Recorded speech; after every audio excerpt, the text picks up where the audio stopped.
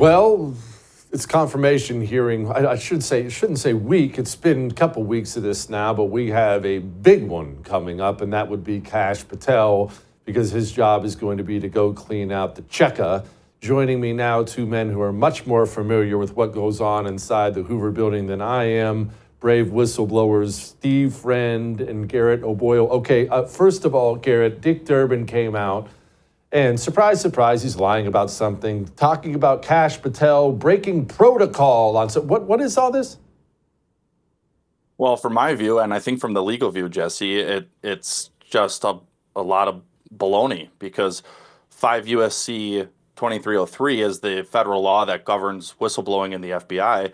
And from a legal perspective, you have to have a reasonable belief that there's a violation of any law, rule, or regulation, an abuse of authority, gross mismanagement, a clear and significant danger to public health. Nowhere in that law does it mention some anonymous allegation that protocol was violated. So, if this is all they have, it's really nothing, at least from a legal perspective, in my view. And I think they're just surviving on fumes at this point. Steve, let's talk about the smear campaigns. I would expect that there will be more, and they will be extra vicious, given how instrumental the FBI has become in protecting the worst people in this country. But Kash looks pretty clean. I mean, so far, like Garret just pointed out, if this is the best they've got, I mean, how do you stop him?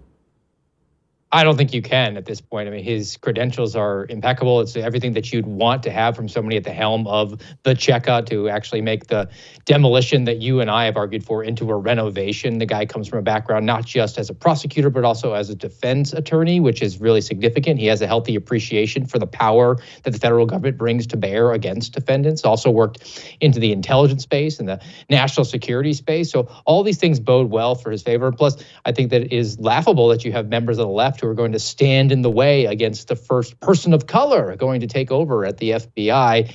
I think that any sort of tack that they take with him will only make him look more appealing, maybe even trying to make him look political. Well, look, at least he wears his politics on his sleeve, unlike Christopher Wray and James Comey. Chris Wray, who ran the scheme that the FBI had in order to influence the 2020 presidential election to censor the Hunter Biden laptop. Then you had James Comey, oversaw Crossfire Hurricane, also had a honeypot operation into Donald Trump's campaign in 2016. At least we know where we stand with Kash, and that's somebody who has a track record of actually going in and exposing the corruption at the FBI. Honeypot, that's stuff you only see in movies. Garret, did you ever take part in any honeypot stuff? Although I don't think you would do that well, to be frank. No, sir, can't say that I did. And I think another interesting aspect of this is you got CBS, I think was the first outlet I saw who reported this quote unquote whistleblower. And I find it interesting that suddenly they're interested in FBI whistleblowers. I've been suspended for just a little over 29 months now. Steve and I both got suspended at the same time. I'm still holding on. I'm technically an FBI employee still. And yet CBS has never reached out, never said, hey, you're an FBI whistleblower. What do you guys have to say? And so it just is no surprise, but at the same time should be shocking to people that suddenly the legacy media is interested in whistleblowers and labeling them whistleblowers without any type of legal vetting. And it's especially funny because when Steve and I testified, goodness, this was May of 2023, so quite a while ago now. Debbie Wasserman Schultz came out and straight up said, these are not whistleblowers. But again, if you go back to the legal outline that I laid out from our federal statutes, it's pretty clear that we had reasonable belief of an allegation of some type of wrongdoing like that. And even in fairness, let's say this person isn't a whistleblower, okay? They still have a right under 5 U.S.C. 7211 to contact members of Congress. But to conflate the issue of some alleged violation of a protocol issue is vastly different than an allegation that a law is being broken. And furthermore, this hostage fusion cell or whatever it was called from the FBI that this person allegedly is whistleblowing from, they may have different protocols than the CIA or the State Department or DOD, all facets of our government that's involved in some type of hostage negotiation and release.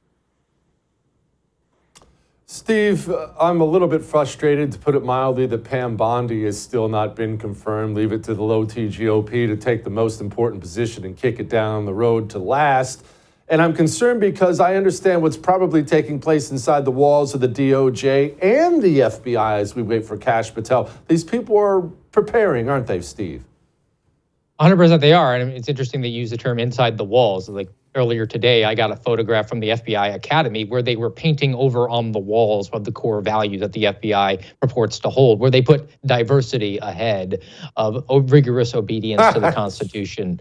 And so in anticipation of Kash Patel coming in, and look, this is completely on the shoulders of the low-T GOP at this point. They hold the power to actually confirm these nominees, and yet they've put them off. These hearings, frankly, are completely unnecessary. All these questions could be submitted in writing. These meetings could happen behind closed doors, but what it basically boils down to is a bunch of politicians want to get on TV, get their 7 minutes, hope to get a viral moment so that they can fundraise and maybe get on cable news TV tonight so they can get their own name ID up and maybe pick up a few extra X followers.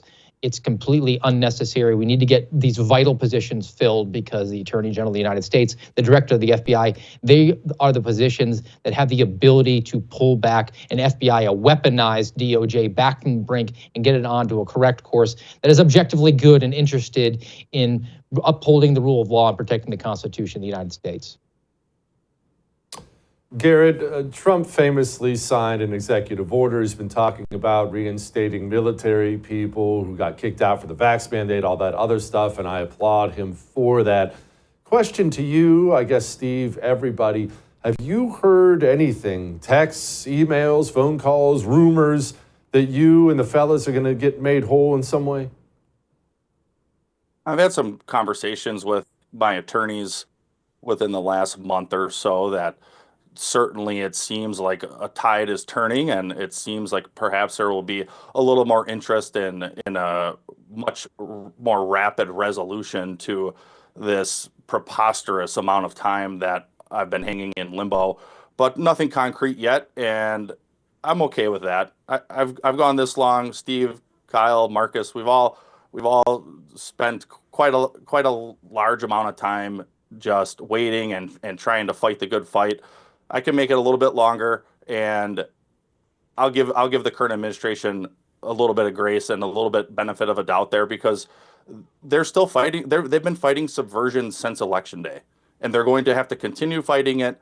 Kash and Pam Bondi and any of these other cabinet positions and appointees, they're going to have to fight this type of subversion for a long time. So I understand if they don't quite get to whistleblowing or us whistleblowers right off the bat. But I'm hopeful that 2025 in a large way will be a year of vindication for all of the suspendables. I would thank you for coming to my YouTube channel, but I know how brilliant it is, and I know you love it here. So subscribe and watch. We're going to start really ramping things up and putting some funny stuff, some interesting stuff out there, some collaborations. Either way, my YouTube channel is officially the place to be. So stick around.